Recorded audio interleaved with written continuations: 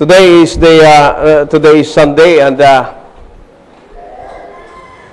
actually the start of the Stewardship Conference. It will be the kick-off this afternoon for the Stewardship Conference. But let's focus our heart right now in worshiping God and opening our heart, understanding His Word. You know, napakasaya mga kapatid at napakagalak pag ang salita ng Diyos ay nandiyan po sa atin.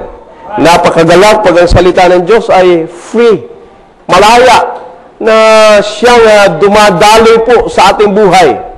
So patuloy po nating i-feed, patuloy nating pakainin ang ating mga buhay ng salita ng Diyos. The Word of God tells us, man shall not live by bread alone, but for every word that proceeded out from the mouth of God. And there is joy, Christians. There is blessing when the blessing of the Lord, the Word of God, is really flowing, freely being institutionalized right in our life.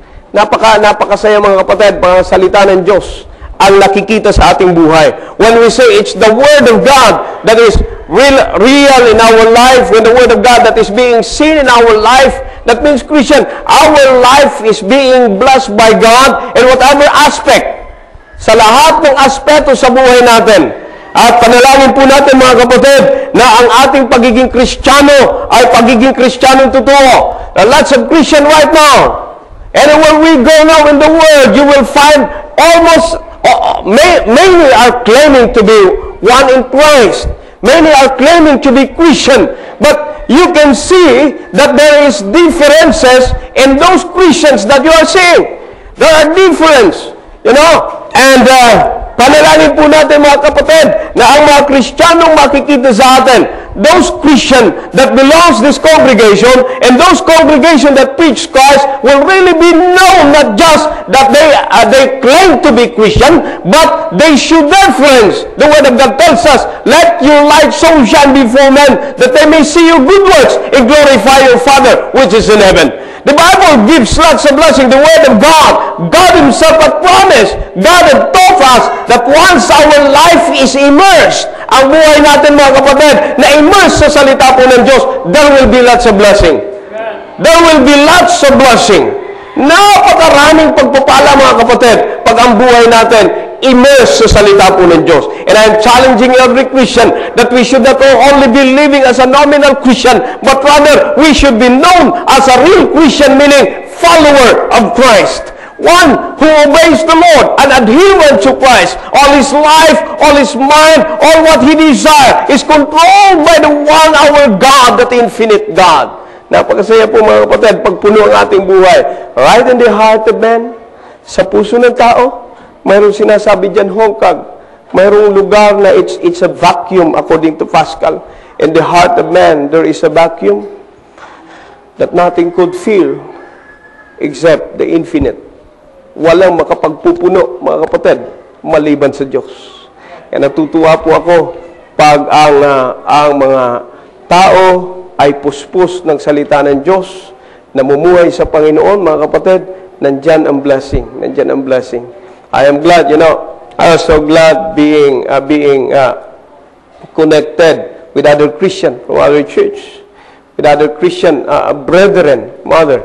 I was so glad having Brother Gary here, the president of the BetterNet Corporation, a partner company of our foundation, a partner company of our ministry, one who is blessing us.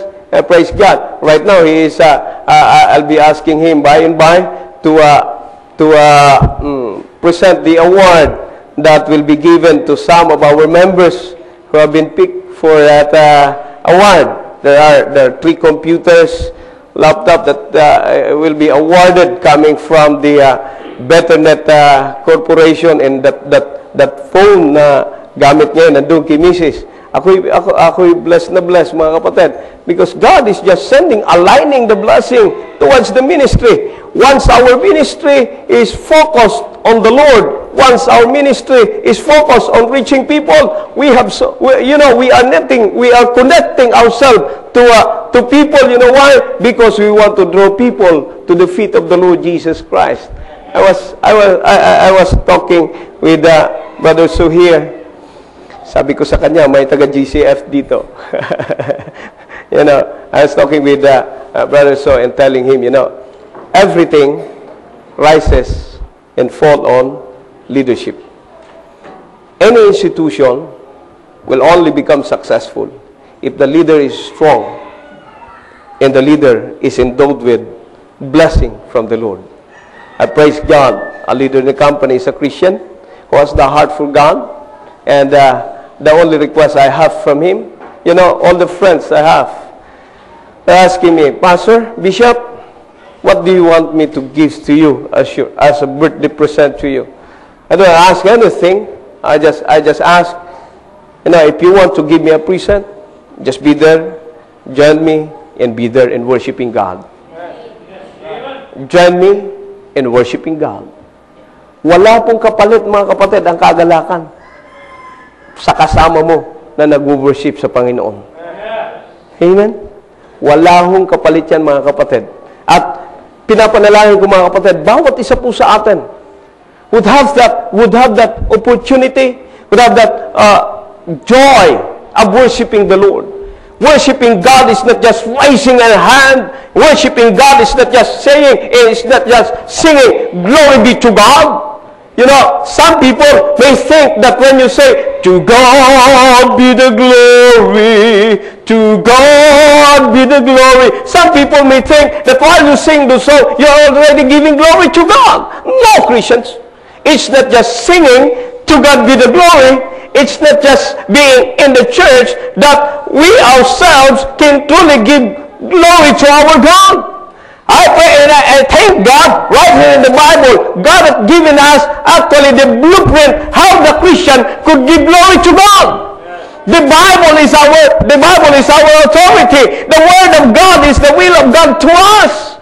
And that through the Word of God, through the Bible, through His Word, nakikita natin dyan, we can see from it how we truly can give glory to God. It's not just singing, glory, glory, glory to God. It's not just saying glory, glory to God.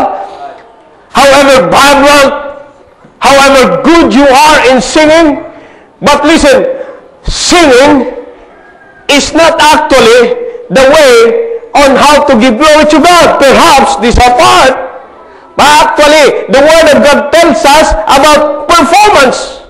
About performance. In the Bible of what we have read in verse 45, look at this. He said in verse 45, and blessed is he that believe. Once a Christian believes in the Lord, or once a person believes in God, he said right here, there shall be what? There shall be performance of those things which were told her from the Lord.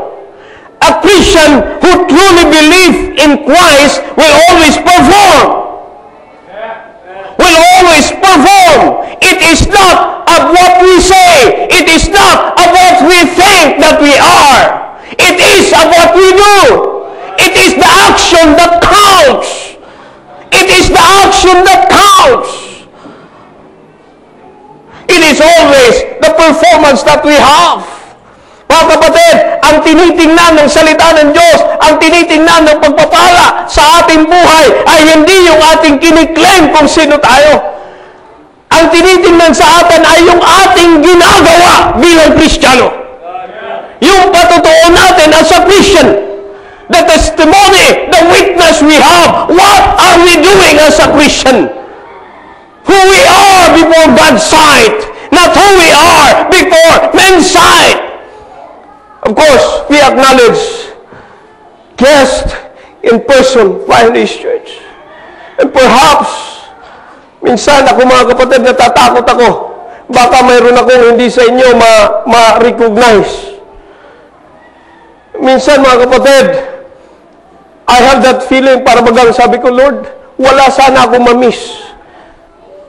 Give me that keen eye, that keen ear. Give me that, let me be connected in the mind of everyone who sit down, so that if there is a guest right beside them, I'll know them and I'll be able to recognize them. But you see,